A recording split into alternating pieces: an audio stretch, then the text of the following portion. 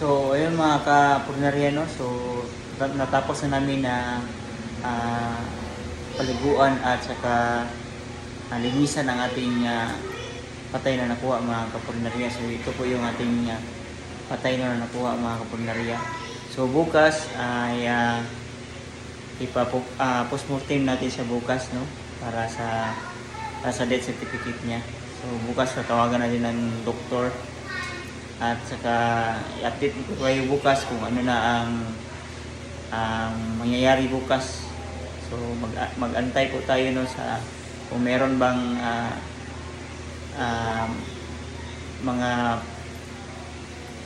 mga relatives na napupunta dito. Ito po ay binaril po mga kapurnarya.